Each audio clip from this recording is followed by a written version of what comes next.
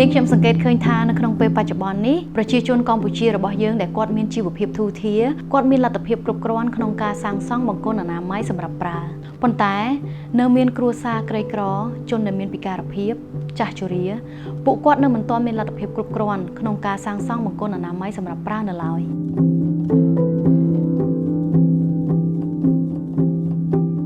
លើកកម្ពស់វិស័យទឹកស្អាតនិងអនាម័យគឺជាគោលដៅទី6នៃគោលដៅអភិវឌ្ឍប្រកបដោយចីរភាពដែលមានខ្លឹមសាររួម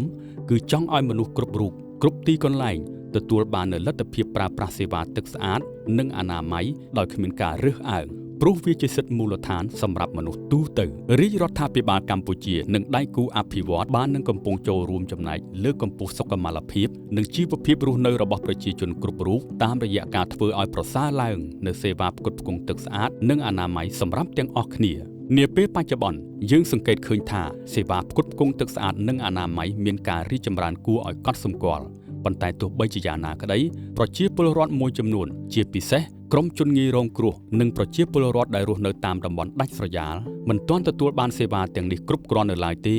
ហើយការយល់ដឹងនិងទម្លាប់អនុវត្តអនាម័យរបស់គាត់ក៏នៅមានកម្រិតដែលជាមូលហេតុបង្កឲ្យមានផលប៉ះពាល់ដល់សុខភាពដើម្បីចូលរួមចំណែកដោះស្រាយបញ្ហាប្រឈមទាំងនេះចាំបាច់ណាស់ត្រូវមានការសហការពីភាគីពាក់ព័ន្ធដូចជា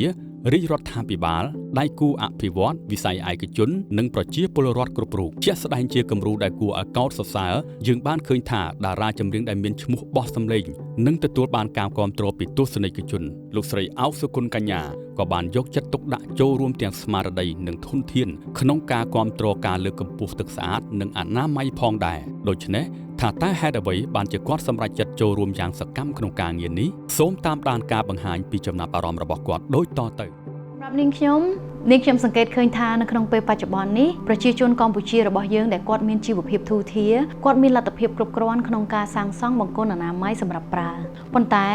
នៅមានគ្រួសារក្រីក្រជនដែលមានពិការភាពចាស់ជរាពួកគាត់នៅមិនទាន់មានលទ្ធភាពគ្រប់គ្រាន់ក្នុងការសាងសង់បង្គន់អនាម័យសម្រាប់ប្រើនៅឡើយ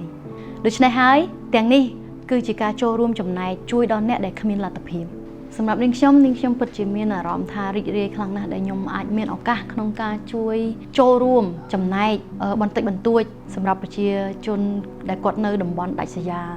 ដែលគាត់ពិតជាគ្មានលទ្ធភាពក្នុងការសាងសង់ពិតមែនទឹកស្អាតវាជាហេតុផលសំខាន់មួយសម្រាប់ការប្រើប្រាស់ប្រចាំថ្ងៃចំពោះប្រជាជនរបស់យើងបើសិនជាគាត់គ្មានទឹកស្អាតប្រើប្រាស់ទេសុខភាពនិងអនាម័យក្នុងការរស់នៅរបស់គាត់ក៏អត់មានដែរហើយគាត់លំបាកក្នុងការទៅស្វែងរកទឹកស្អាតនៅតំបន់ឆ្ងាយពីគាត់នៅកន្លែងណាមួយផ្សេងវិញទៀតហើយបើចំពោះស្ត្រីគឺគាត់ត្រូវឆ្លងកាត់ផ្លូវវែងឆ្ងាយដើម្បីទៅរកទឹកស្អាតយកមកប្រើប្រាស់អញ្ចឹងវាមានហានិភ័យច្រើននិងមានគ្រោះថ្នាក់ដល់ខ្លួនឯងចំណុចមួយទៀតទៅលើបង្គន់អនាម័យក៏មានហេតុផលស្រដៀងគ្នាជាមួយនឹងទឹកស្អាតដែរដោយសារតែគាត់ត្រូវការប្រើប្រាស់បង្គន់អនាម័យហើយប្រសិនបើនៅក្នុងតំបន់ដែលគាត់រស់នៅគ្មានបង្គន់អនាម័យទេគាត់ត្រូវធ្វើដំណើរទៅឆ្ងាយឬក៏គាត់ត្រូវចូលទៅដូចថាក្នុងព្រៃជ្រៅដើម្បីធ្វើការបន្តបង់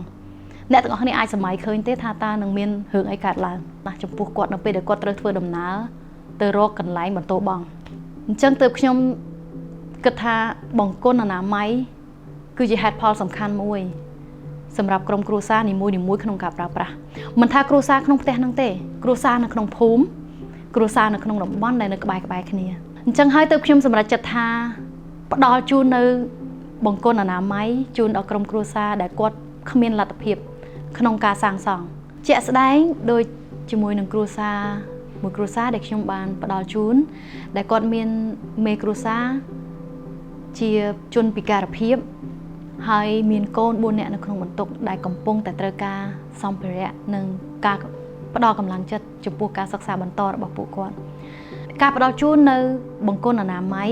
ហើយនឹងការផ្ដល់ជូននៅសម្ភារៈសិក្សាមួយចំនួនដល់កូនរបស់ពួកគាត់ដែលត្រូវការកម្លាំងចិត្តនៅក្នុងការបន្តពួកយើងមិនអាចជ្រើសរើសកន្លែងកើតប៉ុន្តែពួកយើងអាចប្រឹងប្រែងធ្វើឲ្យបានល្អបំផុតនៅកន្លែងដែលយើងកើតនិងផ្ដល់ភាពជោគជ័យដល់ខ្លួនឯងនិងក្រុមគ្រួសារការងារទាំងអស់នេះមិនមែនតែនាងខ្ញុំទេយើងទាំងអស់គ្នាអាចរួមចំណែក ក្នុងការផ្ដល់ជូននៅភាពងាយស្រួលដល់ពួកគាត់ក៏ដូចជាផ្ដល់ជូននៅកម្លាំងចិត្តដល់ក្មេងៗដែលគាត់ត្រូវការផ្ដល់ជូននៅកម្លាំងចិត្ត